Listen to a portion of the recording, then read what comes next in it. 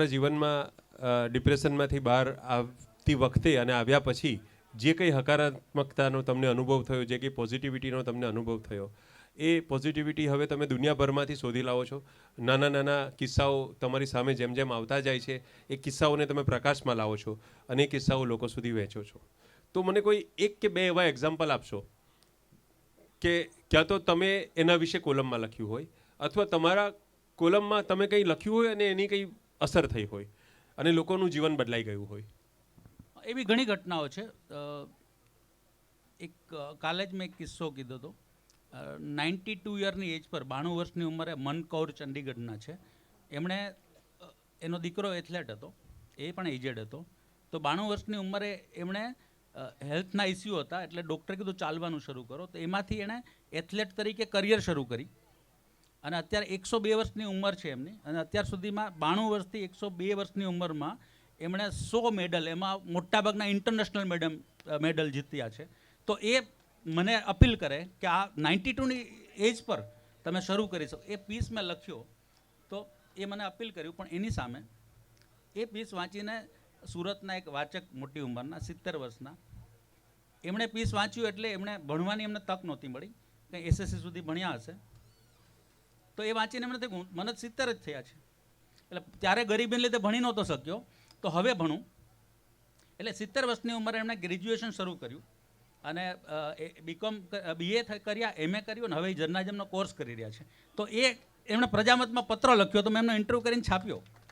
ક્યાં વાત, ક્યાં વાત. તો એ એક 92 વર્ષની વ્યક્તિએ રનિંગ ચાલુ કર્યું, એથ્લેટ થયા, મેડલ મેળવ્યા, 102 નોટ આઉટ અત્યારે છે. એને જોઈને 70 વર્ષના ભાઈને પ્રેરણા મળી. એ જોઈને 53 વર્ષનો આ એક યુવાન હવે અમુક મરી પરવરેલી ઈચ્છા મારી પણ જાગૃત થઈ ગઈ છે સાહેબ. હવે કાલે ખબર પડશે. તો બહુ આનંદની વાત છે. ભાગ્યેશભાઈ સાહેબ, તમે તો આમ હાસ્ય કલાકાર છો. તો આ હાસ્ય કલાકાર જે છે એ હાસ્ય કલાકાર આમ લોકોને ખુશ કરે, લોકોને સુખ આપે, પણ એમના જીવનમાં સુખ હોય છે ખરું? એટલે આમ ખાસ કરીને તમારી જેમ પરણેલા હોય તો બહુ ઓછું બને. જો કે અનુભવ જ રજૂ કરવું અહીંયા. સાહેબ, આ લોકોને જરા હસાવાના જ છે આપણે. એવું છે. હા હા, એટલે સુખ જ આપવાનું, પાસવર્ડ નથી આપવાનો. પહેલાં હું ખૂબ હસતો, પરણી ગયા પછી હવે એ હસે છે ને હું એને જોઉં છું. એટલે હાસ્ય કલાકાર તરીકે એ વસ્તુ એક કુદરતી હોય છે.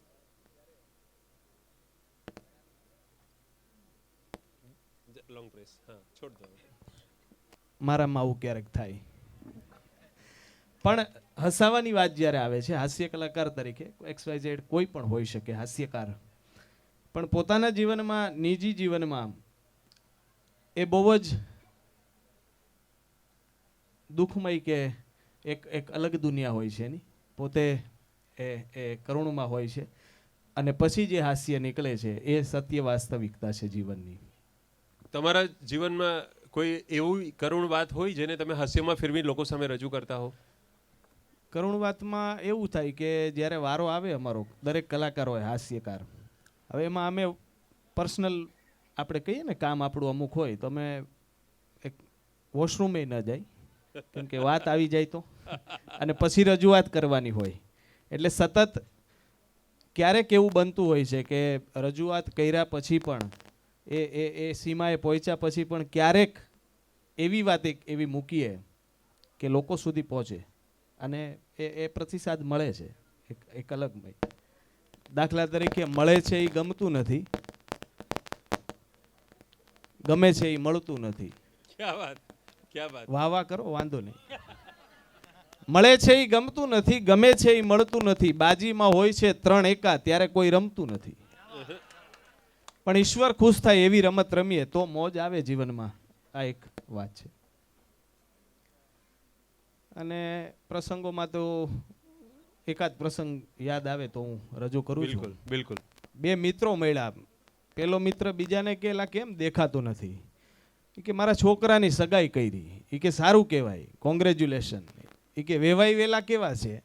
એ કે આપણી જેવા જ છે કે લે તોય કર્યું. બહુત અચ્છે. હમણાં એક જણો બાપુ પાસે ગયો દર્શન કરવા કે બાપુ થોડો કંટાળ્યો છું કે મારી ઘરવાળીમાં દેવી પ્રાગટ્ય થાય છે. રોજ રાત્રે અમે જેવા સુવાની તૈયારી કરીએ એટલે પલંગમાં દેવી પ્રાગટ્ય થાય છે. બાપુ કે દેવી પ્રાગટ્ય નથી, એ હાડલામાં મોબાઈલ જોવે છે. આ એનો પ્રકાશ છે. એટલે આવી હાસ્યની વાતો છે, પણ લૂંટારાઓ હાસ્યને લૂંટે છે, વેપારીઓ હાસ્યનો ઉપયોગ કરે છે, છોકરીઓ હાસ્યનો ગેરઉપયોગ કરે છે, છોકરાઓ હાસ્યમાં ગોટે ચડે છે, ફોટોગ્રાફર વિડીયોગ્રાફર હાસ્યને કેદ કરે છે, મોડલ છે એ હાસ્યને વેચે છે, અને કલાકારો છે એ હાસ્યનું સર્જન કરે છે. क्या बात, बहुत अच्छे, बहुत अच्छे. વાહ ભાગ્યેશભાઈ વાહ. તો આપણી સાથે આજે એવો એક રૂપાળો ચહેરો છે જે ઘર ઘરમાં જાણીતો છે અને બહુ સફળ કલાકાર છે, યુવાન કલાકાર છે, અને આટલી આમ છેલ્લા 6-7 વર્ષમાં નેત્રદીપક સફળતા જેને કહી શકાય એવી સફળતા એમણે મેળવી છે. તો તમારી સ્ટોરી આ જાણીતી છે સફળતાની વાત, એની પાછળની કોઈ વાત એવી હોય, આમાં આપણે એમ કરવાનું છે કે મોટિવેશન મળે, પ્રેરણા મળે, અને બધાને ખ્યાલ આવે કે આ દરેક સફળ માણસ છે એ સફળ માણસના જીવનમાં સંઘર્ષ હોય છે. જ્યાં સંઘર્ષ નથી ત્યાં સફળતા નથી. તો તમારા જીવનના સંઘર્ષની વાત કરો ને તમારા સુખના પાસવર્ડની તમે વાત કરો. તન્મયભાઈ.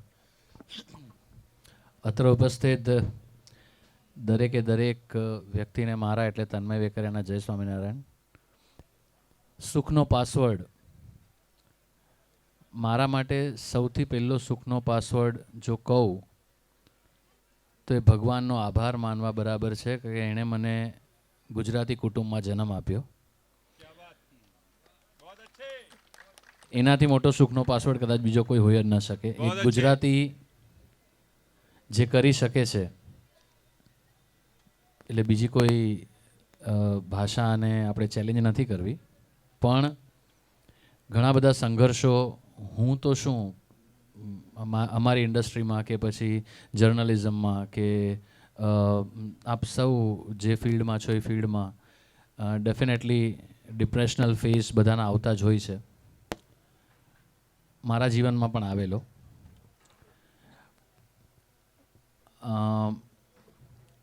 કામ અમે કલાકારો, મેં હમણાં જ્યોતિબેનને અને કૃષ્ણકાંતભાઈને એમના ઘરે આજે બપોરથી અમે લોકો બધા વિસામો કર્યો હતો. એટલે અમે એ જ વાત કરતા હતા કે કલાકારની લાઈફ અમારા મુંબઈમાં છે ને, ફાટક પર કડિયાઓ ઊભા રહે રહીશભાઈ, કે રોજ સવારે લગભગ 20-25 કડિયા એક સાથે ઊભા હોય.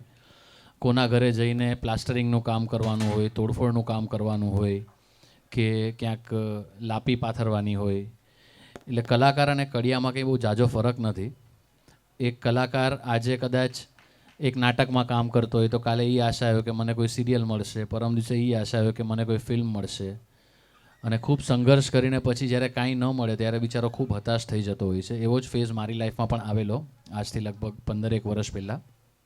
ગ્રેજ્યુએશન બીકોમ માંડ ધક્કા મારીને, ઈચ્છા મારી નથી પણ મા બાપની હતી એટલે પૂરું કર્યું. અને ખોટું નહીં બોલું, ગુજરાતમાં છું, ગુજરાતી છું, ગુજરાતીઓ સામે છું, માંડ 46% આવ્યા હતા.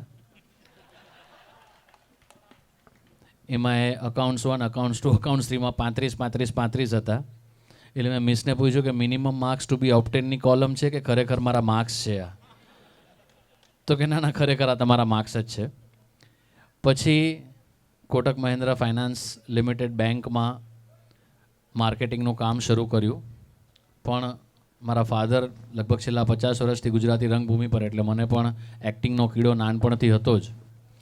એટલે પછી ફોટા પડાવ્યા અને બધે રખડવા માંડ્યો અને ઓડિશનો આપ્યા. અને ક્યાંક કોઈ કહે કે આપકા હિન્દી સુન કે ऐसा लगता है कि आप गुजराती है तो गुजराती टच वाला हिंदी है, ક્યાંક કોઈ કહે કે હિન્દી શુદ્ધ નથી, ક્યાંક કોઈ કહે કે મજા નથી. એવામાં નાટકો ધીમે શરૂ કર્યા.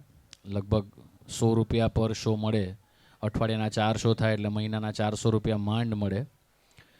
એમાં બન્યું એવું કે એક સિરિયલ બનતી હતી જેનું નામ હતું મણીબેન .com.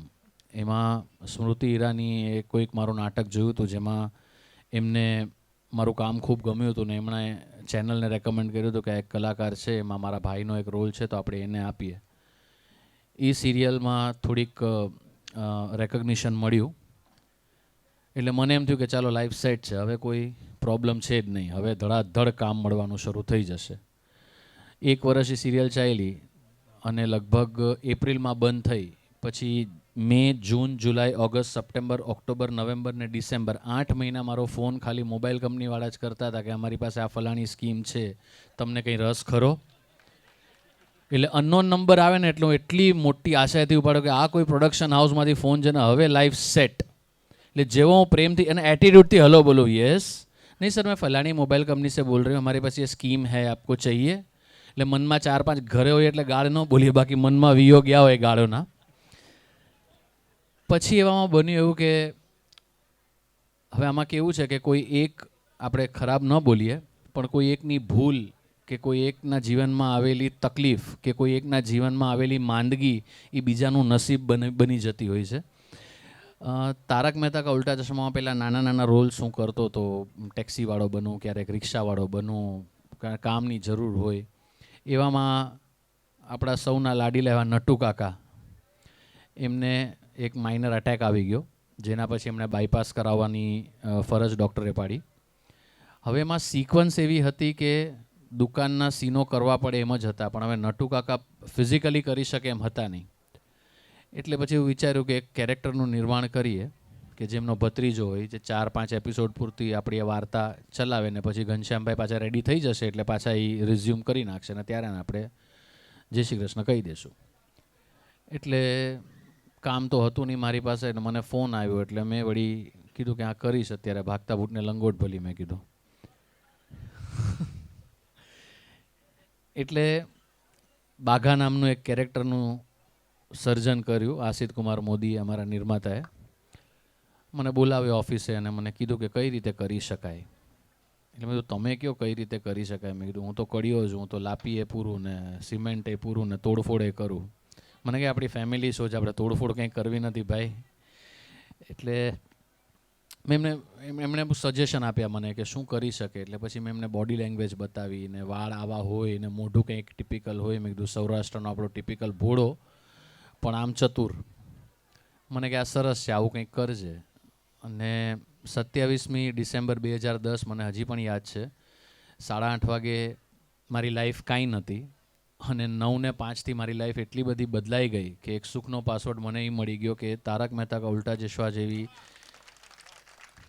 એક પ્રસિદ્ધ સિરિયલ જ્યાં ઓલરેડી જેના 500 એપિસોડ થઈ ગયા હતા અને દરેક કલાકાર એમાં પોતાની એક આઈડેન્ટિટી ઊભી કરી ચૂક્યો હતો. એમાં બાઘાનું એક યુનિકનેસ લોકોને ખૂબ ગમી ગયું અને એ કેરેક્ટર એટલું બધું નિર્માતાને ગમી ગયું આશિતભાઈને કે એમણે એ કેરેક્ટરને પરમનન્ટ બનાવી નાખ્યો. અને જે ડિપ્રેશનલ ફેઝ મારી લાઈફમાં હતો એ તો જતો રહ્યો પણ by the grace of God ને બાપાના આશીર્વાદથી જેના જીવનમાં ડિપ્રેશનો હોય છે એ પણ તારક મહેતા કા ઉલ્ટા ચશ્મા જોઈને ડિપ્રેશનમાંથી બહાર આવી જાય છે. એટલે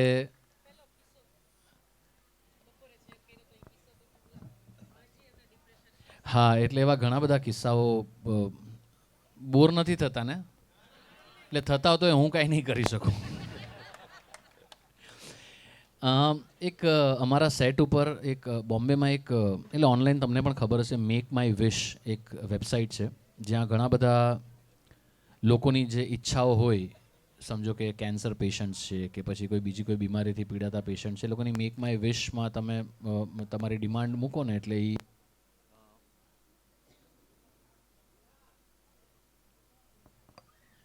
અભી બાઘા જેવું ભાગા છે. તો એ વિશ અમારા સુધી પહોંચતી હોય છે. એમાં ઘણા કેન્સર પેશન્ટ્સ લગભગ દર મહિને નાના છોકરાઓથી માંડીને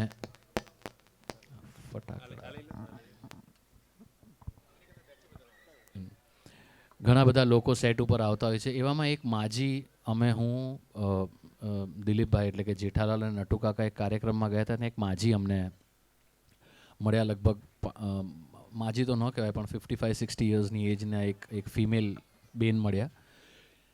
એમણે અમને જોઈને બહુ બધી ગળદી હતી, લોકો બહુ બધા ફોટા પડાવવા માટે ને મળવા માટે આતુર હતા બધા.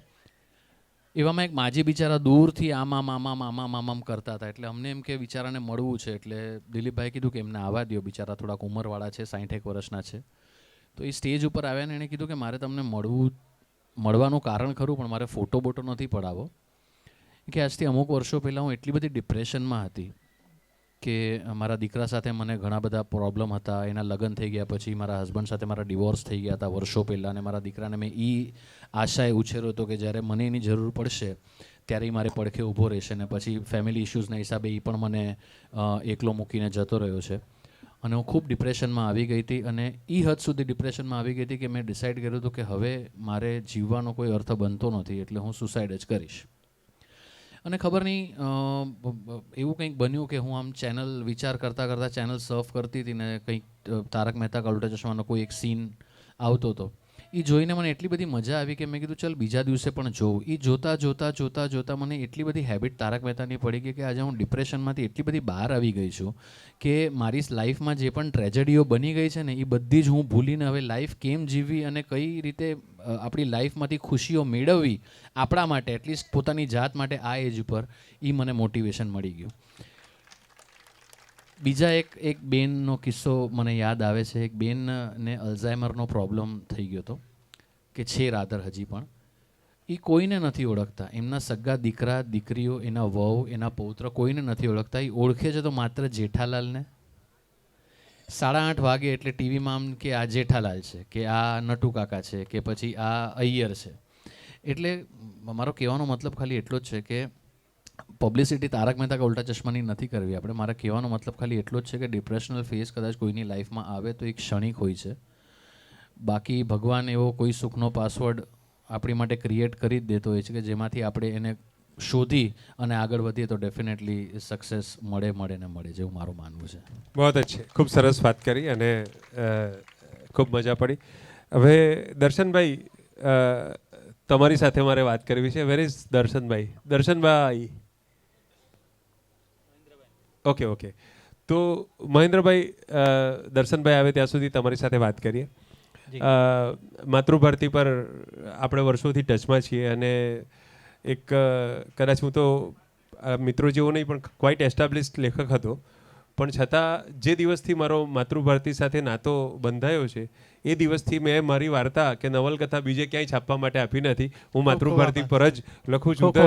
ધ રીઝન બિહાઇન્ડ ધીસ કે એટલી બધી ટ્રાન્સપરન્સી છે અને એટલું બધું ડાયરેક્ટ શ્રોતાઓ સાથેનું એ છે, તો મને રિજેક્શનનો કે એવો મોટો પ્રોબ્લેમ નથી નડ્યો. હું છપાઉં છું બીજે પણ સ્ટીલ મને માતૃભારતી. તો આ વિચાર તમને કઈ રીતે આવ્યો, પહેલી વાત. અને બીજી વાત કે આ જે સફળતાની સીડી, સફળતાની મંજિલ તમે 3 મિત્રો ચડ્યા છો, એ પહેલાંનો જે સંઘર્ષનો કે કોઈ ખરાબ પીરિયડ હોય એની વાત કરો, એમાંથી તમે કઈ રીતે બહાર આવ્યા એની વાત કરો. આ વિચારની શરૂઆત મારા સ્કૂલના ડ્યુરેશન દરમિયાન થઈ કે જ્યારે સ્કૂલમાં હતો ત્યારે હું કવિતાઓ લખતો અને નાટકો પણ લખતો. નાના તમારા તો મોટા ગજાના બહુ નાટકો હોય છે, પણ સ્કૂલ સમયના હોઈએ એટલે મજાક મસ્તી ને આપણે નાનું મોટું કંઈક લખીએ અને એ પાછું ભજવવાની પણ ઈચ્છા થાય. એટલે સ્કૂલના જે વાઇસ પ્રિન્સિપલ હતા એ પણ પાછા મારા જેવા રસિક હતા, તો અમે બે ભેગા મળીએ, નાનું કંઈક લખીએ અને 26 જાન્યુઆરી, 15 ઓગસ્ટ, સ્કૂલના એન્યુઅલ ડે વખતે આપણે નાનું મોટું ભજવી લઈએ અને ખૂબ મજા પડતી. અને એ મજાનો સમય 10મા ધોરણ સુધી કાયમ રહ્યો. 10મા ધોરણના રિઝલ્ટ ભગવાનની દયાથી સારા આવ્યા. એટલે રિઝલ્ટ પછી જે બેઝિકલી પેરેન્ટ્સની અપેક્ષાઓ હતી વધી ગઈ કે છોકરો હોશિયાર લાગે છે, હવે સારા માર્ક્સ લાવે છે, એટલે હવે થોડોક એક આપણે કહીએ ને કે વેલિડેશન એમને મળી ગયું કે થોડુંક માર્ક્સ તો લાવી દેશે હવે, એટલે છોકરા હવે દોડ. અને એ ટાઈમે આર્થિક પરિસ્થિતિ ખૂબ નબળી હતી પપ્પાની. એક ધંધો મારા પપ્પા કરતા હતા, લોટરીનો ધંધો. અને લોટરીનો ધંધો એ ગાળા દરમિયાન એટલે લગભગ 1995માં ગુજરાત સરકારે લોટરી ઉપર બેન મારી દીધો. હવે સરકારો તો પોતાના નિયમો લઈ લે પોતાની પોલિટિકલ વિલ ઉપર, પણ લોકોના ધંધા બંધ થઈ જાય અને તકલીફમાં આવી જાય એવું સરકાર બહુ દરકાર લેતી નથી અને એ એમનું કામ કરે છે. પરિવાર ઉપર ખૂબ ફાઇનાન્શિયલ તકલીફો આવી ગઈ અને એક વખત એવું થયું તો મેં કીધું હવે 10મા પછી ભણવું જ નથી અને મેં 5 જગ્યાએ જોબની એપ્લિકેશન પણ મોકલી દીધી અને એક જગ્યાએથી ઇન્ટરવ્યૂ કોલ પણ આવી ગયો. ઇન્ટરવ્યૂ આપીને પણ આવી ગયો અને લગભગ 2,500 પગારમાં તમને સ્ટોર મેનેજર તરીકે રાખીશું 10મા પાસ ઉપર, કારણ કે ભણેલો અંગ્રેજી સારું વાંચી લેતો હતો અને મેથેમેટિક્સમાં 99% લાવ્યો હતો એ ટાઈમે, એટલે કે 2,500માં તમને રાખી દઈશું. અને મેં મમ્મીને કીધું, મમ્મી હું છોડી દઉં છું ભણવાનું અને હું અહીંથી પરિવારને મદદ કરીશ. તો એ ટાઈમે પપ્પાએ કીધું તું ચિંતા ના કર મારી, તું તારું ભણવાનું ચાલુ રાખ અને હું પરિવારને સંભાળીશ. ધંધો બંધ થયો છે પણ હું હજી યુવાન છું, ક્યા બાત, હું કમાઈ જાણું છું ક્યા બાત. અને તને હું ભણવાનું છોડવા નહીં દઉં.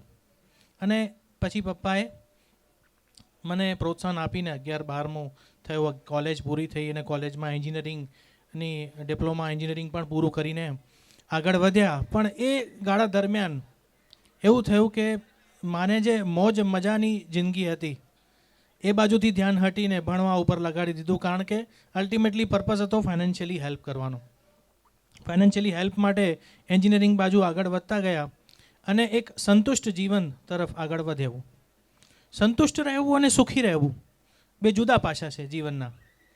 એટલે સંતુષ્ટ જીવન તરફ આગળ વધ્યા. હું અને નિલેશભાઈ મારા જે પાર્ટનર છે એ મારા પાસ્ટ એમ્પ્લોયર છે. પહેલાં હું એમને ત્યાં જોબ કરતો. એક જોબ છૂટી ગઈ, રિસેશન આવ્યું 2002માં અને જોબ છૂટી ગઈ, કશું હતું નહીં. અને એક રેફરન્સ થકી એમને ત્યાં હું ગયો અને એમને કહ્યું કે સાહેબ મને કંઈક નોકરી આપો. એમણે કહ્યું કે હજી તો મારી કંપની શરૂ જ થઈ છે, હજી તો મેં એમ્પ્લોયી રાખવાના શરૂ નથી કર્યા, તો તું શું કરીશ? હું તો જે આપશો કરીશ, પણ નોકરી કરીશ. એટલે એમની સાથેનો સમયગાળો શરૂ થયો, જોબ કરી, પછી અમે ધંધો શરૂ કર્યો. અને ધંધો શરૂ કર્યા પછી ઘણી પડકારો પછી પણ સંતુષ્ટ અને સુખ એ રહી ગયું. સંતુષ્ટિ હતી, થોડું ઘણું કમાઈ લેતા હતા, કામ ધંધો ચાલી જતો હતો, લગ્ને થઈ ગયા, છોકરાએ આવી ગયા. પણ ક્યાંક ને ક્યાંક એવું થયું કે જે સ્કૂલમાં છૂટી ગયું એ પાછું આવતું નહોતું.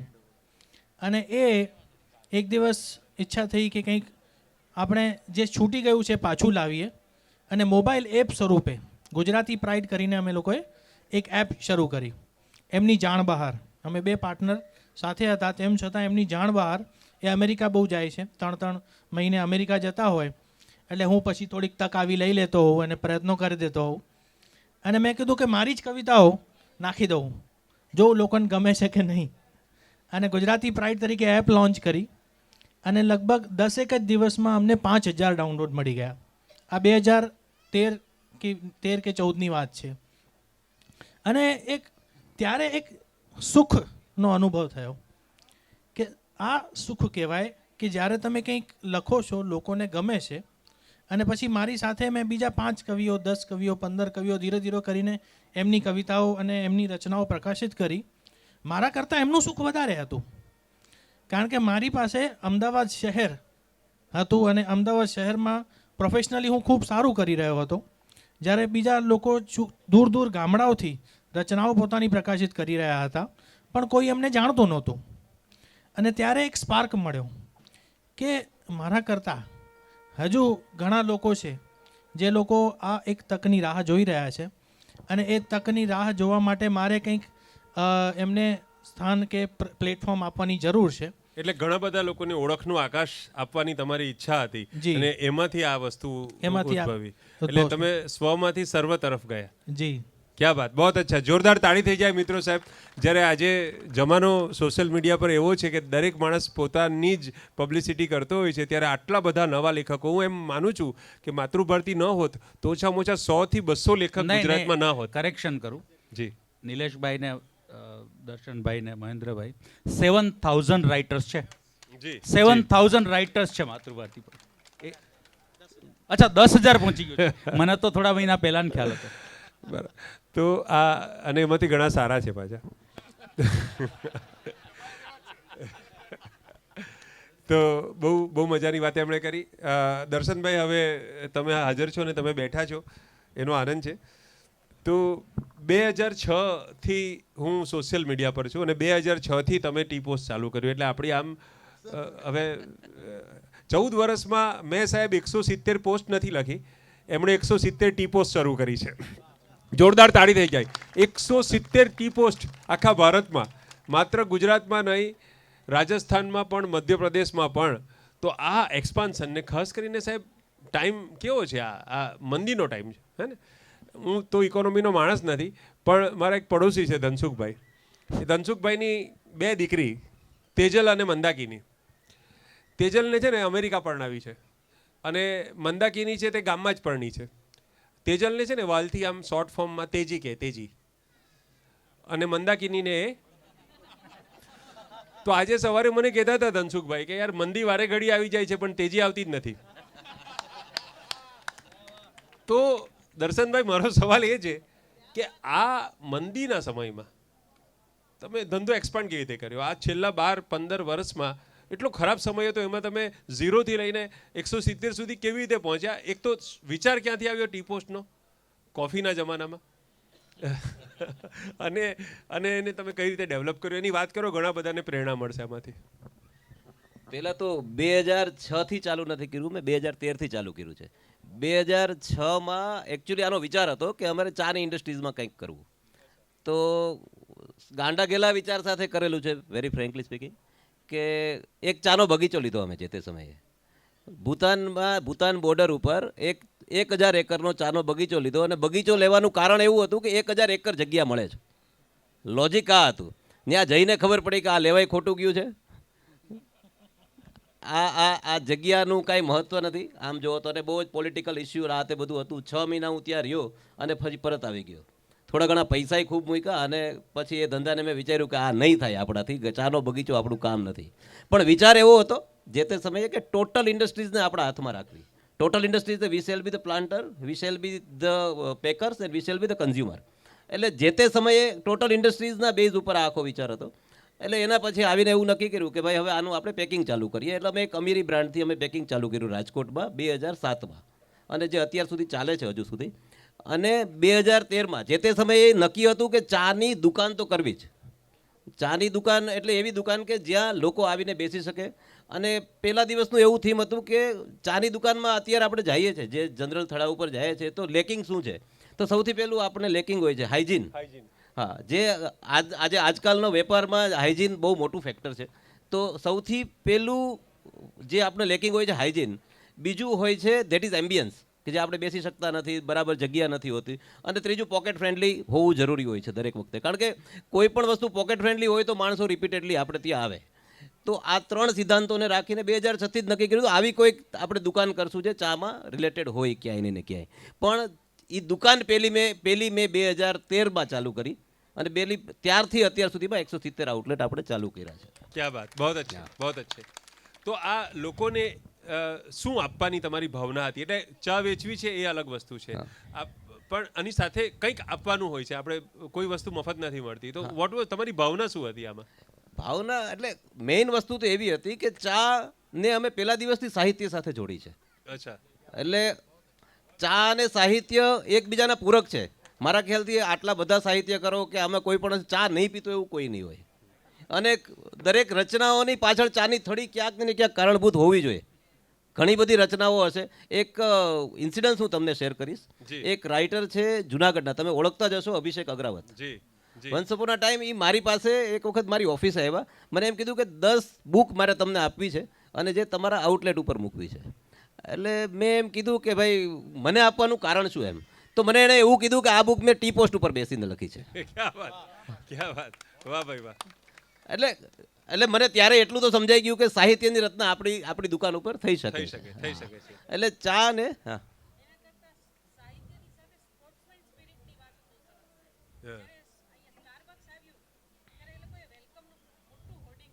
ક્યાં વાત, ક્યાં વાત.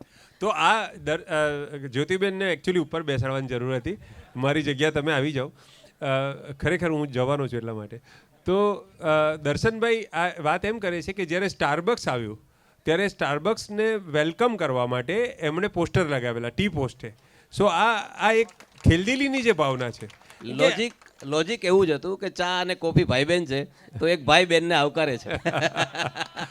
ક્યાં વાત. આ છે ને આપણે એક મગજમાં એવી વાત ચાલતી હોય છે કે કોમ્પિટિશન છે, સ્પર્ધા છે, હા, ગળા કાપ સ્પર્ધા છે. તમે જુઓ કે અત્યારે કવિ સંમેલન પણ ચાલતું હતું અને એક ફીલ તમને જો આવે કે આ 5 જણાની વચ્ચે મનમેળ છે, એકબીજા સાથે મળીને મજા કરે છે, તો તમને બધાને પણ સાથે મળીને મજા કરવાની મજા આવે છે. સો આ એક નોનસેન્સ છે કે જીવન એક સ્પર્ધા છે. એ વાત મને બહુ નોનસેન્સ જેવી લાગે છે અને આ બધા જ મિત્રોના વાત પરથી હું એમ શીખ્યો છું ઓપનનેસ. આ ભાઈ કહે છે કે નટુભાઈ બીમાર પડ્યા એમાં મારું નસીબ ખુલ્યું. આ ભાઈ કહે છે કે તો દરેકની વાતમાં એક પોઝિટિવિટી છે, એક હકારાત્મકતા છે. તો આપની વાત પૂરી થઈ કે આપ બીજું કંઈ કહેતા હતા આમાં? હા, એમને આશુભાઈને વાત કરવાની. અને દર્શન વિશે મારે એક બે વાત કરવી છે. એ મનીષ રાવલ અને નિકુંજ પટેલ મારા બહુ જૂના ફ્રેન્ડ છે, 30 વર્ષ. અમે એક વખત દિવાળી પર 93માં કે કદાચ એની પહેલાં ધારી ગયા હતા. તો અમરેલી પાસે. હા, મનીષ ને દર્શનનું ગામ છે. જયેશ ટકરાર સંદેશના એડિટર બધા આરી છે ગુજરાત સંદેશના ત્યાં રાજકોટ. તમે ત્યાં ગયેલા એટલે મનીષના ઘરે અને મનીષના લોકો જૂના ફ્રેન્ડ બધા. તો હિતુ પાનવાળો ને, હા, ત્યાં અમે લોકો મળ્યા કે આ ફ્રેન્ડ છે દર્શન, એના દાદા કંઈ ટીચર હતા અને ફેમિલી એકદમ મિડલ ક્લાસ બેકગ્રાઉન્ડ. પણ ત્યારે એનામાં ફોર્સ હતો કે કંઈક કરવું છે એમ. અને મનીષ પણ ત્યારે એના મમ્મી પપ્પા ટીચર હતા, એ અત્યારે બિલ્ડર બન્યો. નિકુંજ ગુજરાત સમાચારમાં ક્રાઇમ રિપોર્ટર છે. એટલે એ વખતે એને એ સ્પાર્ક એની અંદર એ વખતે કે બિફોર 3 ડિકેડ કે આપણે કંઈક કરવું છે, કંઈક નવું કરવું છે. અને અત્યારે હમણાં જ્યારે વાત થઈ, મહેન્દ્રભાઈ કીધું કે આપણે ટી પોસ્ટમાં, તો તમે તો ખાસ કરીએ કારણ કે મહેફિલ થશે મળવા જેવું. એમ અમે જોગાનું જો આવતીકાલે ટી પોસ્ટમાં ત્યાં સાંજ સમાચાર એક ઇવેન્ટ કરે છે, ત્યાં અમે છીએ. એટલે એક માણસ ક્યાંથી ઝીરોમાંથી શરૂ કરીને, કારણ કે એને પોતે જ ઊભું કર્યું છે અને ફેમિલી કોઈ બેકગ્રાઉન્ડ એવા કોઈ પૈસા નહોતા, એણે પોતે આખું સેલ્ફ મેડ પર્સન કે એ રીતે. એટલે સુખનો પાસવર્ડ દરેક વ્યક્તિ છે ને પોતે પોતાની રીતે શોધી લેતી હોય છે. મારે એના સંદર્ભમાં એક વાત આની કે ઘણા લોકો કહે છે કે રિસોર્સિસ નથી, કંઈક કરવું છે નવું, કંઈ છે નહીં આપણી પાસે એમ. તો ન હોય તો એ પોતાની રીતે રસ્તો કાઢી અને આગળ વધવું ને, એ સુખનો પાસવર્ડ આણે શોધી લીધો છે દર્શને. બહુ અચ્છે, ક્યાં બાત. દર્શનભાઈ,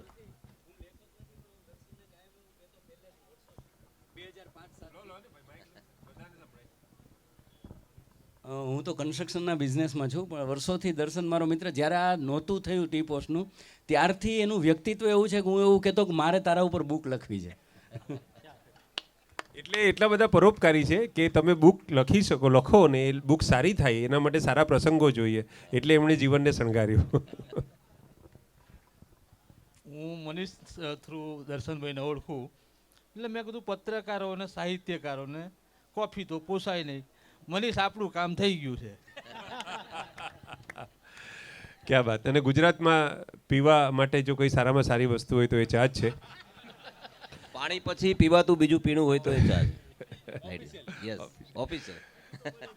આપ કઈ કહેતા હતા, વાત કરતા હતા? અમે રિસન્ટલી આ ચાને રિલેટેડ હું જ વાત કરું છું. તો અમે એક ચાય ફાઉન્ડેશન નામનું એક NGO બનાવીએ છીએ અત્યારે. લોજિક એક જ છે કે જે ચાના બગીચામાં તમે ચા પીવો છો, યુ ડોન્ટ નો કે ચાના બગીચામાં શું હાલત છે. મેં ચાના બગીચા જોયા છે, હું જ્યાં રહ્યો છું મને ખબર છે કે શું હાલત છે. ત્યાંના લેબરના હાઇજીને નથી, એ લોકો પાસે પૂરતા ટોયલેટ નથી, પૂરતા બાથરૂમ નથી, પૂરતું રહેવાની સગવડતા નથી. અને એ ચા પત્તી વીણે છે અને એ ચા પત્તી આપણે પીએ છીએ અને જે આપણે એર કન્ડિશનમાં પીએ છીએ, ત્યાંની જે પરિસ્થિતિ છે એના સુધાર કરવા માટે ભલે 1% હું કંઈક કરી શકું. તો મેં એક ચાય ફાઉન્ડેશન નામનું એક મેં NGO હું ચાલુ કરી રહ્યો છું. અને બીજું એની એક્ટિવિટી મેં એવી ધારી છે કે ચાથી રોજીરોટી મળી શકે. તો મારે એક નાનકડી કીટ બનાવવી છે અને નાના ગામમાં રહેતા બહેનો હોય ને, બહેનોને એક કીટ આપવી છે અને એનાથી ચા બનાવી શકે અને પોતાનું ગુજરાન ચલાવી શકે. મને એટલી ખબર છે કે કોઈ પણ લેડીઝ એક સિંગલ હેન્ડેડ ચા બનાવીને 10,000 રૂપિયા કમાઈ શકશે. તો આવું એક આયોજન અમે કરીએ છીએ અને એ પૈસા હું નથી આપવાનો, મારા ચા પીનારા લોકો જ આપવાના છે. હું મારા ટેબલ ઉપર એક બારકોડ રાખીશ, 1 રૂપિયો આપશે તો 1 રૂપિયો ત્યાં જશે. આવું મેં એક પ્લાનિંગ કર્યું છે, વિધિન 1 મંથ લોન્ચ કરું છું. બહુ અચ્છે. તો આ મૂળ વસ્તુ જ આ બધી જ વાતમાંથી થાય છે કે જ્યારે તમે તમારી જાતને માત્ર કેન્દ્રમાં રાખીને વિચાર કરો છો ત્યારે તમારો વ્યાપ થતો નથી. જ્યારે જગતની જરૂરિયાતને ધ્યાનમાં રાખીને તમે કંઈક કરો છો ત્યારે તમારું કામ બહુ સહેલું થઈ જતું હોય છે. આપણી વચ્ચે આજે અનાયાસે કૃષ્ણકાંતભાઈ તો સાંભળવા માટે આવ્યા હતા, પણ તમે જાણો છો કે દિવ્ય ભાસ્કરમાં ચિંતનની પડે લખે છે અને ખૂબ સારા વિચારક છે. તો કૃષ્ણકાંતભાઈ, તમારે આમ ત્રણેક ટિપ્સ આપવાની હોય. આ યુવાનો છે, ઘણા બધા યંગ જનરેશન છે, તો સુખનો પાસવર્ડ તમે શું આપો? 3 ટિપ્સ આપવાની કીધી છે ને, એટલે હું 3 જ આપીશ. એકચ્યુઅલી તો બહુ જ કેઝ્યુઅલ મૂડમાં કેઝ્યુઅલ વેરમાં અમારા આ ત્રણેય મિત્રો તન્મયભાઈ, આશુભાઈ અને ભાગ્યેશભાઈને સાંભળવા માટે જ આવ્યો હતો. કોઈ ઈરાદો નહોતો અહીંયા આવવાનો, અને રહીશભાઈ અહીંયા ઉપર મોકલો છે, અને કૃષ્ણદેવાઈ જતા જતા કહી ગયા હતા કોઈ માઇક આવે તો કોઈ મૂકે, તો હું જલ્દી મૂકી દઈશ, બહુ નહીં લઉં. એટલે વસ્તુ એ છે કે આપણો સૌથી મોટો પ્રોબ્લેમ જો કોઈ હોય ને તો એ છે કે આપણે આપણા સુખનો પાસવર્ડ છે ને એ દુઃખ રાખી દઈએ છીએ. સૌથી મોટો પ્રોબ્લેમ એ છે કે સુખનો પાસવર્ડ છે એ દુઃખ રાખી દઈએ છીએ. અને 2-3 વસ્તુ છે. તમે જુઓ, તમે એક દાખલો જ સીધો આપું કે ફેસબુક ઉપર તમે કોઈ સરસ મજાનો ફોટો અપલોડ કરો છો, રાઈટ, અને એમાં ઘણા બધી લાઇક મળે છે, ઘણી બધી કોમેન્ટ આવે છે. આપણે માનીએ કે વાહ, બ્યુટીફુલ પિક્ચર, બહુ સરસ છે, નાઇસ ક્લિક ને એવું બધું ગ્રેટ ને બધી કોમેન્ટ આવતી હોય છે. માનો કે તમને 50 કોમેન્ટ આવી છે, એમાં એક કોમેન્ટ જો એવી હોય ને કે આવા ભંગાર શું કામ એને ફોટા અપલોડ કરો છો, તમને કંઈ સેન્સ છે ફોટાની, તો તમે બાકીની 49 ભૂલી જશો, એક જ યાદ રહેશે. સુખનું પણ આવું જ છે. સુખ હાથ વગવું છે, પણ આપણે એક દુઃખને એટલું પકડી રાખીએ છીએ ને કે બાકીના 49 સુખ ભૂલાઈ જાય છે. તો વેરી ટ્રુ, કરેક્ટ, બહુ સરસ. તો વસ્તુ એટલી જ કહેવાની છે કે સુખ તો હાથ વગવું છે. જરાક હાથ ફેલાવશો ને તો આવશે, પણ એના માટે પહેલાં દુઃખને છોડીને હાથ ખાલી કરી નાખો તો તમારી પાસે તમે સુખ બહુ ઝડપથી પકડી શકશો. અને 2-3 વસ્તુ સુખ માટે મને 3 વસ્તુ કીધી છે ને, તો હું 3 જ વસ્તુ કહીશ. સૌથી પહેલી તો એ છે કે ભૂલતા શીખો. આપણે છે ને બહુ યાદ રાખીએ છીએ, ભૂલતા શીખતા જ નથી. આપણે છે ને આપણે દુઃખનું કારણ એ છે કે આપણે આપણી ગઈકાલ છે ને એ આપણી પીઠ ઉપર લાદીને ફરીએ છીએ, અને આપણી આવતીકાલ છે ને એ આપણે માથી લાદીને ફરીએ છીએ. એમાં આપણે આજ એન્જોય કરી શકતા નથી. તો થોડુંક ગઈકાલે જે પતી ગયું છે એને ભૂલતા શીખો, તો કોઈ બહુ જિંદગીમાં બહુ વાંધો નહીં આવે. અને તમે જો, તમે કમ્પ્યુટર ઉપર કોઈ કાર્યક્રમ કરશો ને, કોઈ પ્રોગ્રામ કરશો કે કંઈ લખતા હશો, તો છેલ્લે એક વસ્તુ આવે છે. છેલ્લે તમે એ બંધ કરવા જશો ત્યારે પૂછશે, do you want to save changes? જિંદગીમાં કોઈ પણ ઘટના બને ને ત્યારે એટલું જ આપણે યસ કે નો કરતા હોઈએ છીએ કે જે આને સેવ કરવું છે કે નહીં. જિંદગીમાં કોઈ પણ ઘટના બને ને ત્યારે માત્ર એટલું યાદ રાખજો કે આને સેવ કરવું છે કે નહીં. ક્યા બાત, બહુ અચ્છે. જો એને ડિલીટ કરી નાખશો ને તો પછી બહુ વાંધો નહીં આવે. એટલે એક વસ્તુ એ છે કે ભૂલતા શીખો. જેટલું ભૂલી શકશો ને એટલે તમે વધુ સુખી થઈ શકશો.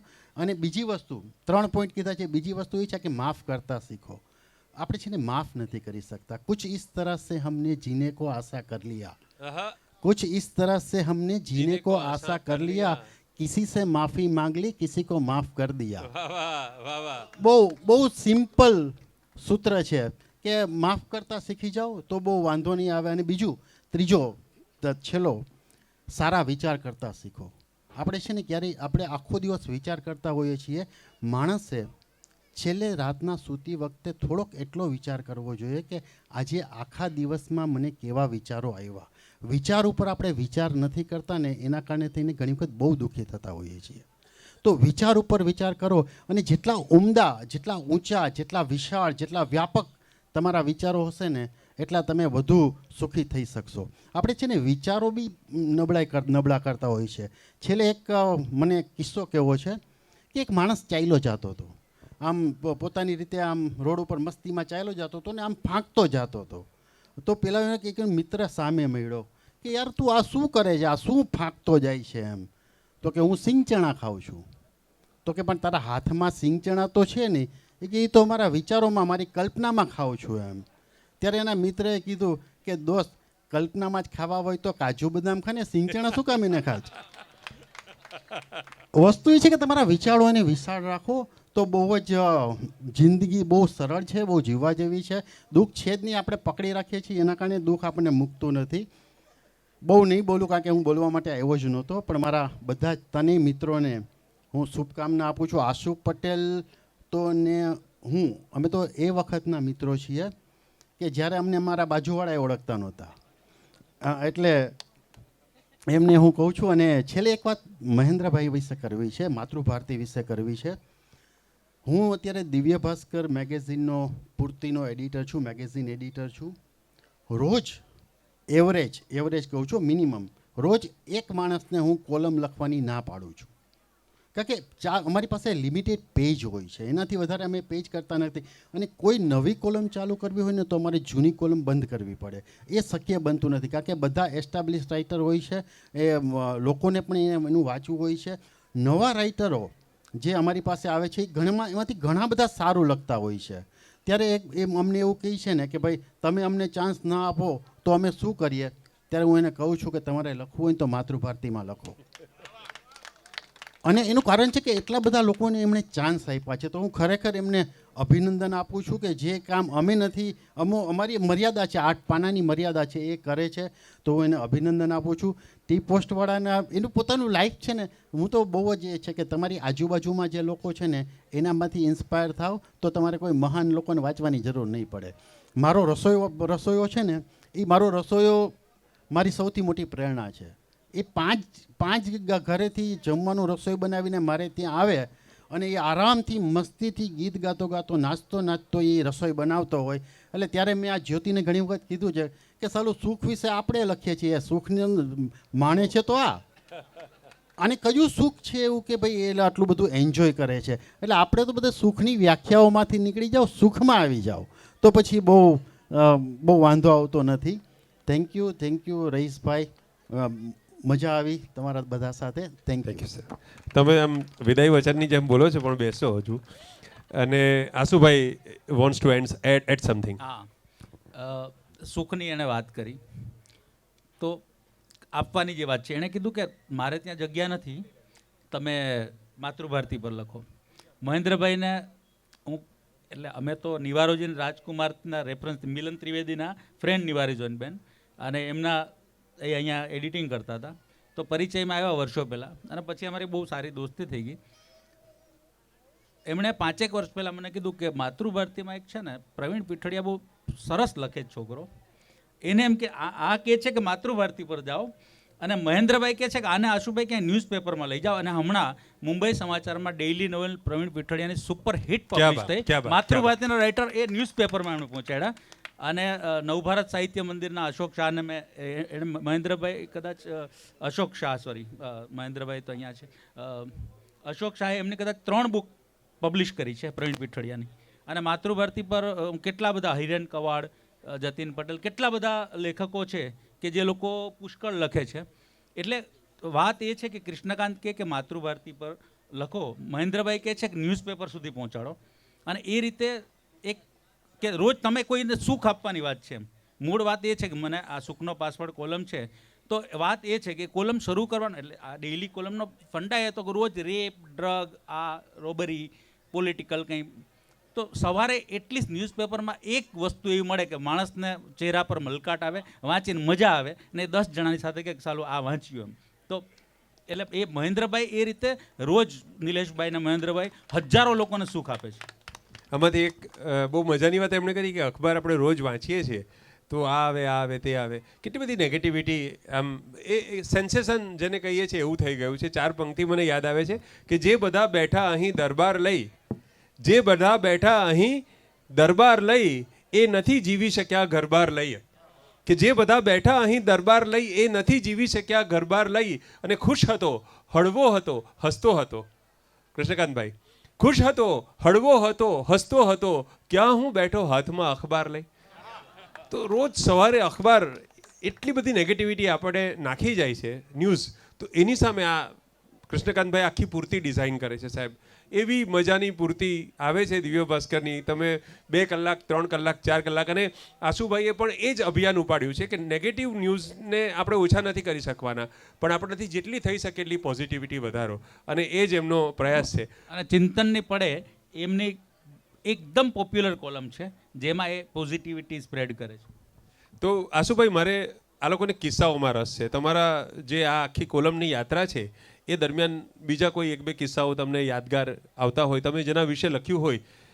હું તો ફેસબુક પર નિયમિત ધોરણે વાંચું છું, મને ઘણી બધી વસ્તુ યાદ આવે છે. તમે એમાંથી એકાદ બે વાત આ લોકો સાથે શેર કરો, કોઈ પણ પ્રસંગ, કોઈ પણ કિસ્સા જે તમે લખ્યા હો છેલ્લા 5-7 વર્ષમાં. ના, એ તો અઢળક કિસ્સાઓ લખ્યા, પણ મને ઇન્ટરનેટ પરથી મિત્રોને મળવું, લોકોને મળવું, એમાંથી કિસ્સા મળતા રહે. આજે જ અમે વાત કરતા હતા તો મેં મોબાઈલમાં નોટ ડાઉન કરી રાખ્યું કે આ લખવા જેવું છે.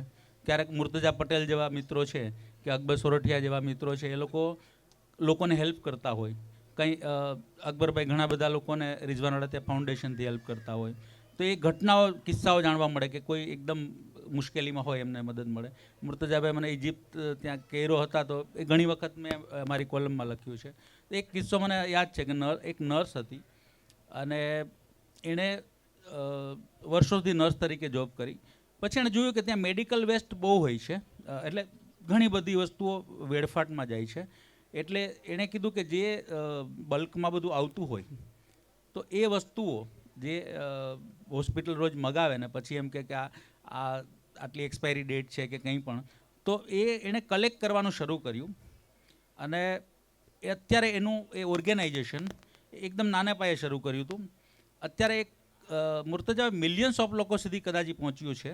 આખા વર્લ્ડમાં એનું કેટલા ઇથોપિયા અને સોમાલિયા અને એવા દેશોમાં જે લોકો મેડિકલ આ બધા સરંજામો કંઈ નથી અફોર્ડ કરી શકતા, એમને એક નર્સ છે એણે એવડું મોટું ફાઉન્ડેશન ઊભું કર્યું છે કે મિલિયન્સ ઓફ લોકોને એની હેલ્પ મળે છે.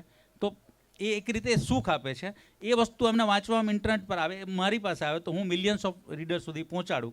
એટલે કિસ્સાઓ કરતાં એ ઘટનાઓ જે બને એના કરતાં એમાં જ્યારે કોઈનું ઇન્વોલ્વમેન્ટ આવે તો માત્ર લખવું એ જુદી, એક વાર્તા લખી જુદી વાત છે, પણ તમે લખો અને એમાંથી લોકો સુધી વાત જાય, જેમ તન્મયભાઈએ કીધું કે લખવું કે પછી એક્ટિંગ કે એનાથી મેક અ વિશ, એમ કે લોકોને એક કંઈક એમાંથી 10 જણાને ઈચ્છા થાય. કારણ કે એમાં પેલું કે અકેલા ही चला था मगर लोग आते ही गए और कारवां बनता गया. તો આમાં કારવા બનાવતા જવાની વાત છે કે અત્યારે હમણાં મહેન્દ્રભાઈને અમે આ વાત થતી હતી, એમણે કીધું આશુભાઈ આ સુખનો પાસવર્ડ છે તો હમણાં અમે 1 વીક પહેલાં જ શરૂ કરી, 2 વીક થયા માતૃભારતી પર. એટલે મુંબઈ સમાચારના આમ નોર્મલી તમને ખબર છે કે કોઈ ન્યૂઝપેપર હોય તો એની એક્સક્લુઝિવ કોલમ હોય. મેં નિલેશભાઈને કીધું કે આવી રીતે માતૃભારતી પર મારે લીધે નિલેશભાઈને મહેન્દ્રભાઈ ઓળખે તો એમણે કીધું ચોક્કસ કરીએ એમ. એટલે એ સુખનો પાસવર્ડ નામથી સેમ કોલમ માતૃભારતી પર 2 વીકથી શરૂ થઈ છે. એટલે વાત સ્પ્રેડ કરવાની છે કે એમના મિલિયન્સ ઓફ રીડર્સ છે તો એના સુધી વાત પહોંચે છે.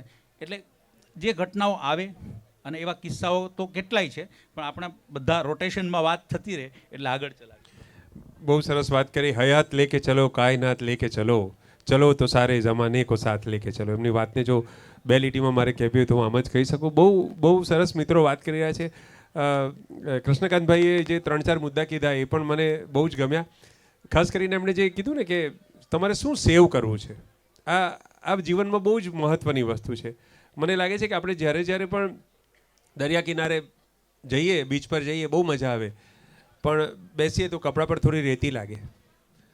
પણ એ એમ સમયના કાંઠે બેસીએ ને તો એમાં પણ થોડી રેતી લાગે. પણ એ રેતી લઈને આપણે ઘરે નથી આવતા, એ રેતીને શું કરીએ છીએ, ખંખેરી નાખીએ. તો ઘણીવાર માત્ર ઘટના જે બની હોય ને એને ખંખેરી નાખવા માત્રથી આપણું મન ચોખ્ખું થઈ જતું હોય છે, પણ આપણને આ ખંખેરતા નથી આવડતું. એ વાત એમણે બહુ સરસ રીતે કરી કે જસ્ટ શેક ઇટ ઓફ, ખંખેરી નાખો ને આગળ વધો, મૂવ ઓન. તો આ બધી વાતની વચ્ચે મને લાગે છે કે થોડાક તમને હળવા કરવા માટે હવે આપણે ભાગ્યેશભાઈ વારાને એમનો વારો આપીએ. સાહેબ હવે તમે છે ને જરાક હસાવો આલો. હા જી. એટલે કે હસાવવું એ પણ સુખનો પાસવર્ડ એ સુખનો પાસવર્ડ છે, એ સુખ ફેલાવવાની રીત છે. અને આજે તો આપણા બધાના અમારા હાસ્યકારો જે હાસ્ય લેખકો છે અથવા હાસ્યનું જે પ્રદાન કરનારા છે, બધાના અમારા કુલ ગુરુ જેને કહેવાય એવા સાબુદ્દીનભાઈને પદ્મશ્રી એવોર્ડ મળ્યો છે. એકવાર જોરદાર તાળી સાબુદ્દીનભાઈની ગેરહાજરીમાં છેક થાન સુધી અવાજ પહોંચે એવી તાળી આપણે એમના માટે થઈ જાય. અને એમના જ એક શિષ્ય એવા આપણે ભાગ્યેશભાઈને વિનંતી કરીએ કે થોડીક રમૂજ કરાવો ને પછી આપણે પૂરું કરીએ. સુખનો પાસવર્ડ કાને શબ્દ પડે એટલે અમે કાયમ એક વાત કરીએ આપણે દરેક કે લેખક હોય, કલાકાર હોય, પત્રકાર હોય તો એનું આખા જગતમાં નામ હોય. વિશ્વમાં નામ હોય, પણ કલાકારની દુનિયામાં, લેખકની દુનિયામાં અને પત્રકારની દુનિયામાં જેમનું નામ છે એવા અમારા આશુભાઈ પટેલ છે, જેમના થકી આ દર્શન થયું છે. સુખનો પાસવર્ડ. અને પ્રશ્ન જેમ આપ પૂછો છો રઈશભાઈ, દરેક સરસ જે વાતને આપણે પહોંચાડીએ છીએ, અમને ઘણા પ્રશ્ન પૂછે, મૂંઝવી દે એવા પ્રશ્નો પૂછે. મન કે ભોળાનાથે ગણપતિનું માથું કાપ્યું અને હાથીનું લગાડ્યું તો જૂનું માથું ગયું ક્યાં? હવે તે દી અમે થોડા હતા કે તને કઈ ક્યાં ગયું? મન કે હનુમાનજીને પૂછડું એમના મમ્મીને કેમ નહીં? મારે શું કેવું? મેં કીધું તને દાઢી ઉગે, તારા મમ્મીને કેમ નહીં? મન કે તમે હા ચા કરે કરે ને. એમાં અમદાવાદમાં છે, અમદાવાદ વાળા મને બહુ ગમે, બકા બકા કહીને ભૂકા કાઢી નાખે.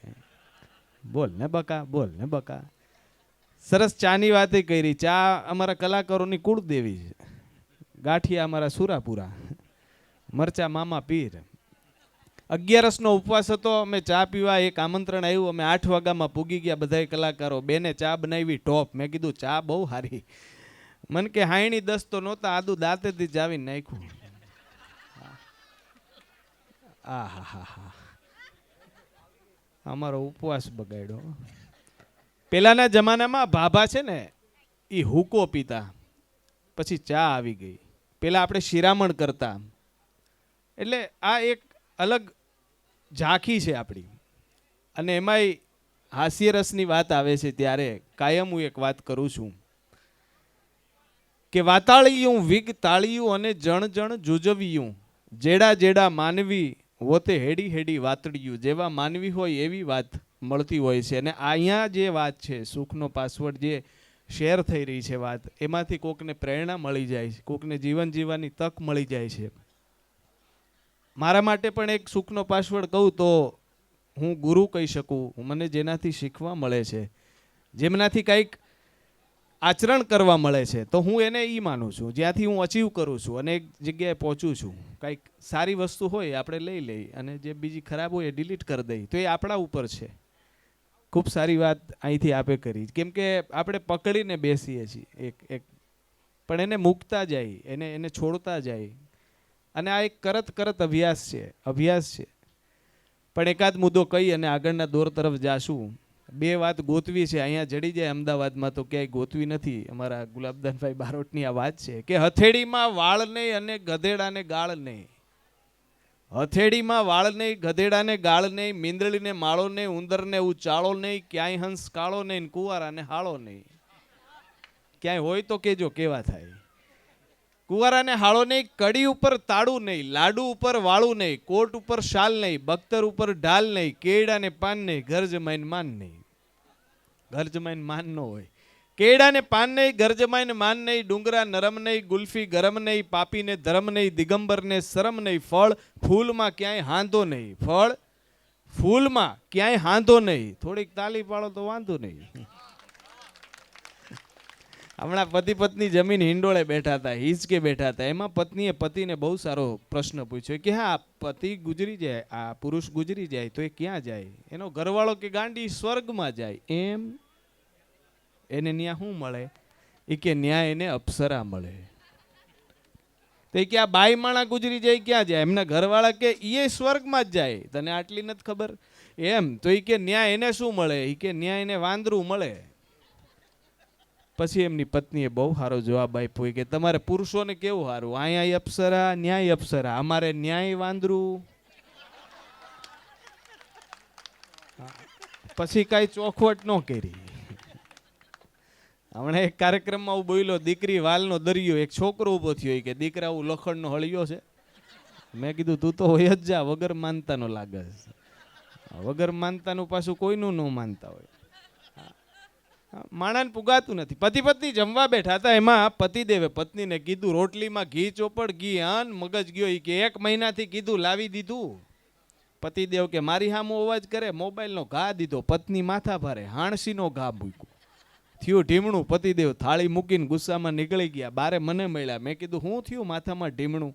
મને કે ભાગ્યેશભાઈ પગ સ્લીપ થઈ ગયો ને તો પડી ગયો. મેં કીધું ઘા બહુ ઊંડો છે, ઘરે જઈને ઘી ચોપડો.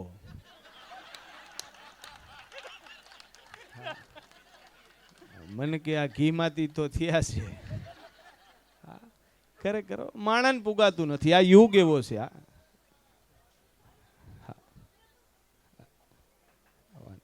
થોડુંક પ્રશ્ન એવા મેં કીધું ને પૂછે. અને આપ જુઓ પહેલાના આપણો જમાનો હતો ને એમાં બેનો ત્રાજવા ત્રોપાવતા, ત્રાજવા ગળામાં હાથમાં, મેર આયરના બેનો, આપણો રિવાજ હતો. હવે ફેશન આવી ગઈ, ટેટુ ફેશન આવી ગઈ. ગામડાના ભાભા આવ્યા, ગામડાના ભાભા એ નામ લખાવતા હતા, રોવા માંડ્યા. મેં કીધું દાદા હિંમત ન હોય તો ન લખાવાય ને. મને કે બેઠા લખાવું છું એટલે નથી રોતો. લખાવવાનું તું કેટરીના લખાઈ ગયું કૂતરીના. હા એ કે હવે પરમનન્ટ રહે, હવે જાહે નહીં. મજા છે ખરેખર, આપણી ગુજરાતીઓની મજા છે. એમાંય આપણે ગુજરાતી કેટલા આગળ છીએ. લંડનમાં પ્રોગ્રામ હિથ્રો એરપોર્ટમાં ઉતરા એક ગુજરાતી આપણો જોરથી બોલવા માંડ્યો, ખારી સિંગ ડારિયા. મેં કીધું લંડનના હિથ્રો એરપોર્ટમાં આપણો ગુજરાતી ખારી સિંગ ડાળિયા. હું ભાઈ ગયો. મેં કીધું લાવો 100 ગ્રામ સિંગ. મને કે આ સરનામું કયો, 1 કલાકથી ઊભો છું. એ કે અહીંયા ઇંગ્લિશ નથી આવડતું, ના કોઈ ગુજરાતી સમજતા નથી ધોળિયાઓ, એટલે ખારી સિંગ ડારિયા કહું છું કે કોક ગુજરાતી આવે તો મને મારા ઘરે પહોંચાડે. આપણે ગુજરાતી ગમે ત્યાંથી રસ્તો કરી લઈ, શેર બજાર સિવાય. મને એક ભાઈ કે આ પ્રોગ્રામના પૈસા આવે એ શેર બજારમાં રોકતા હોય તો મેં કીધું મને અનુભવ નથી. મને કે શેર લાગે તો હર્ષદ મહેતા, ન લાગે તો નરસિંહ મહેતા.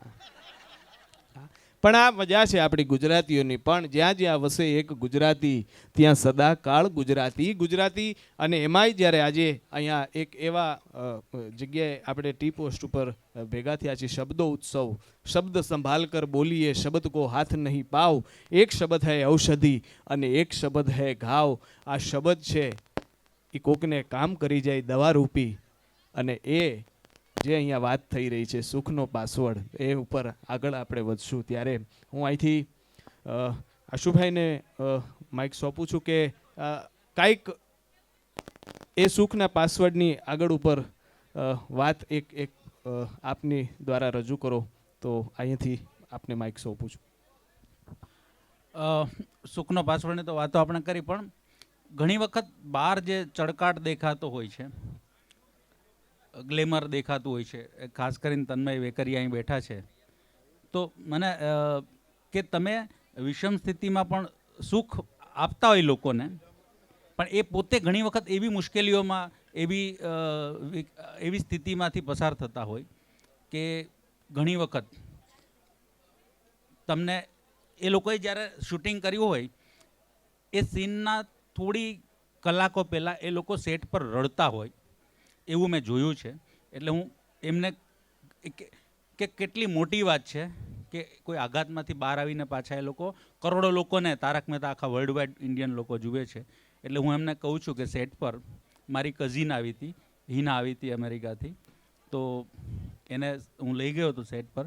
એની દીકરીને જોવું તો આ બધું સેટ, અને એ વખતે એક ઘટના બની હતી. એટલે હું તન્મયભાઈને જ કહું છું કે એ થોડી વારમાં તમે હસતા હો છો, રડતા હો છો, અને પાછા અમુક કલાક પછી પાછા હસાવાનું હોય છે. તો એ હાથીભાઈ વાળો કિસ્સો તમે શેર કરો.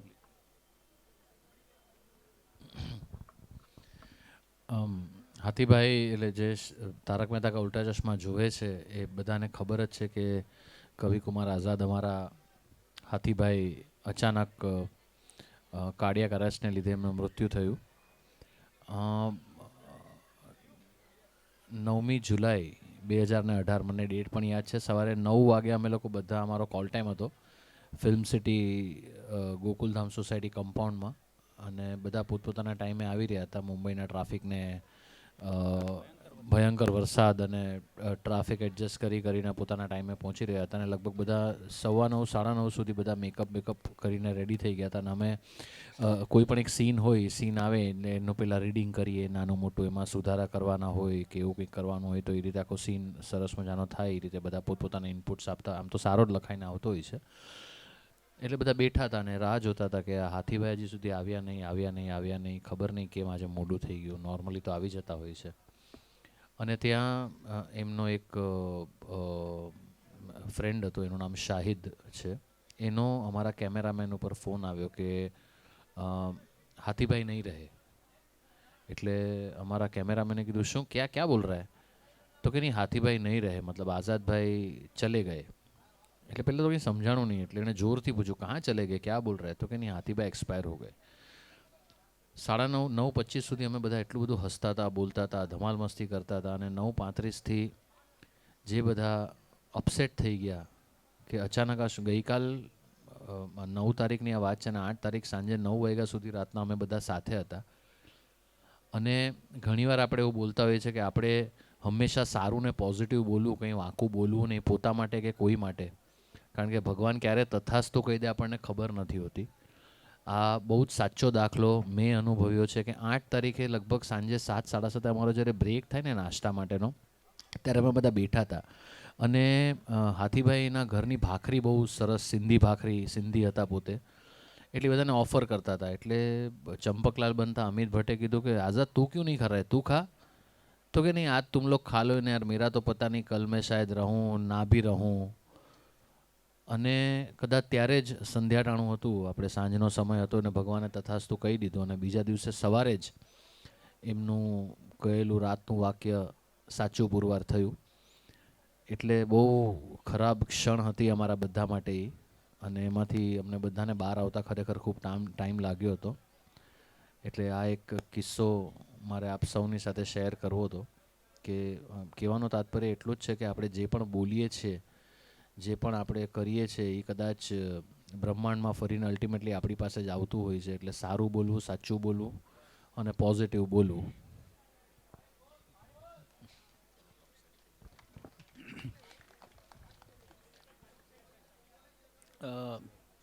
નહીં, એમને એકચ્યુઅલી ફ્લાઇટ છે, એટલે હા એમને એરપોર્ટ પહોંચવાનું છે.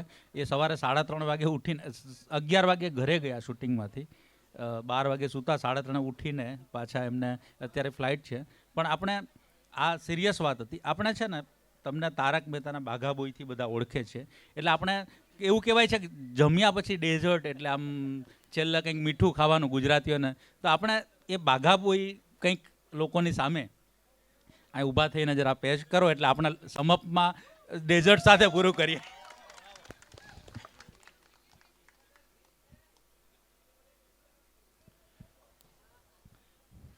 नहीं मतलब ज़्यादा तो मैं और कुछ नहीं बोलूँगा.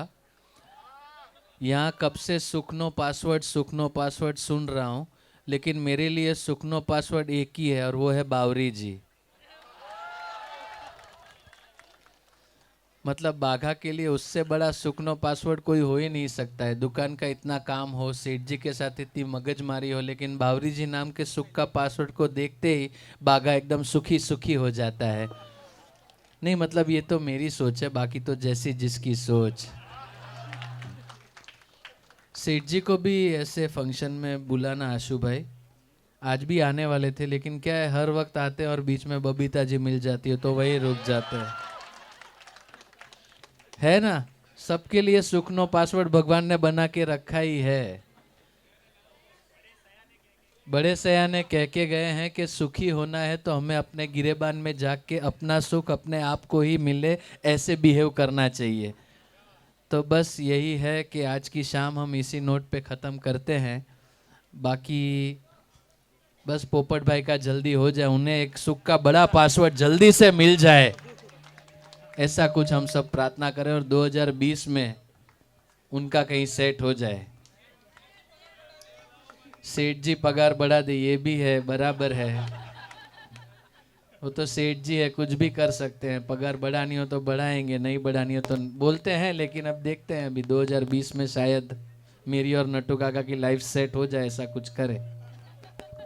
એક આપણે એક હજી વસ્તુ સાથે પૂરું કરીએ. નહીં, એક ચાલશે. એક અમિતાભ બચ્ચન સેટ પર આવેલા, એ વાંધો નહીં, યાદ રહેશે. અને તમે કદાચ વિડીયો જોયો હશે, બહુ અદ્ભુત. એટલે અમિતાભ બચ્ચનની સામે એમણે અમિતાભ બચ્ચનનો ડાયલોગ બોલવાનો હતો. હું તો સેટ પર જતો હોઉં છું, તો એ ડાયલોગ એમણે બોલ્યો. પછી અમિતાભ બચ્ચને કીધું મુझसे भी अच्छा आपने एक्सप्रेस किया. તો એ ડાયલોગ અહીં બોલો ને એટલે આપણે જરા મજા આવી જાય. કેટલું તમે મજા આવી જાય એમ કીધું, મને યાદ નથી. એટલે બન્યું તો એવું કે એ ભૂતનાથ ફિલ્મના પ્રમોશન માટે સેટ ઉપર આવ્યા હતા અને બધાએ એમની સાથે ઇન્ટરેક્ટ કરીને અમુક બે લાઈન બધાને આપી હતી કે બધા કલાકારોને એમ થાય કે અમિતાભ સામે આપણે કંઈક બોલ્યા અને એમની સાથે સ્ક્રીન શેર કરી. તો મને કહેવામાં આવ્યું હતું કે તું નમક હલાલ ફિલ્મનો એમનો ઓલો I can talk English I can walk English dialogue બોલી શકીશ. એટલે પહેલાં તો મેં કીધું આટલો મોટો ડાયલોગ એમની સામે આંખમાં આંખ નાખીને બોલવો. લગભગ 6 દિવસ પ્રેક્ટિસ કરી મેં અને અત્યારે બી મને યાદ નથી. હું પ્રયત્ન કરીશ, કદાચ જેટલો યાદ આવે એટલો ચલાવજો, બાકી તો હવે ભગવાન ભરોસે. બાકી જૈસી જિસકી સોચ. You see, sir, I can talk English, I can walk English, I can laugh English because English is a very funny language. Bhairav becomes Baron and Baron becomes Bhairav because their minds are very narrow. In the year 1929, sir, when India was playing against Australia in Melbourne City, Vijay Merchant and Vijay Hazare, they were the crease and Vijay Merchant told Vijay Hazare, look Vijay Hazare, this is a very prestigious match and you must consider this match very carefully. So considering the consideration that Vijay Hazare gave Vijay Merchant told Vijay Hazare that ultimately we must take a run. And when they were striking the ball on the left side, so the consideration becoming an ultimatum, and ultimately Vijay Hazare told Vijay Merchant similarly, sir. In the year 1979, when India was playing against Pakistan in Wankhede Stadium, Bombay, Wasim Raja and Wasim Bari, they were the crease, and Wasim Bari gave the same consideration to Wasim Raja, and Wasim Raja told Wasim Bari, look sir, this ultimately has to end into a consideration which I cannot consider. Therefore, the consideration they are giving me must be considered very ultimately. Therefore, the run that they were taking, Wasim Raja told Wasim Bari, you take a run, and ultimately both of them ran and considered they got out. આ dialog સાંભળીને એમણે કીધું હતું, અરે યાર तुम तो बहुत अच्छा बोलते, एक काम करो भैया तुम जो हो मेरी जगह पे आ जाओ, मैं आपकी जगह पे आ जाता हूँ. એટલે એક કલાકાર માટે અમિતાભ બચ્ચન સાહેબ આવું બોલે ને એનાથી મોટો એવોર્ડ બીજો કોઈ ન હોઈ શકે. આભાર. Thank you so much.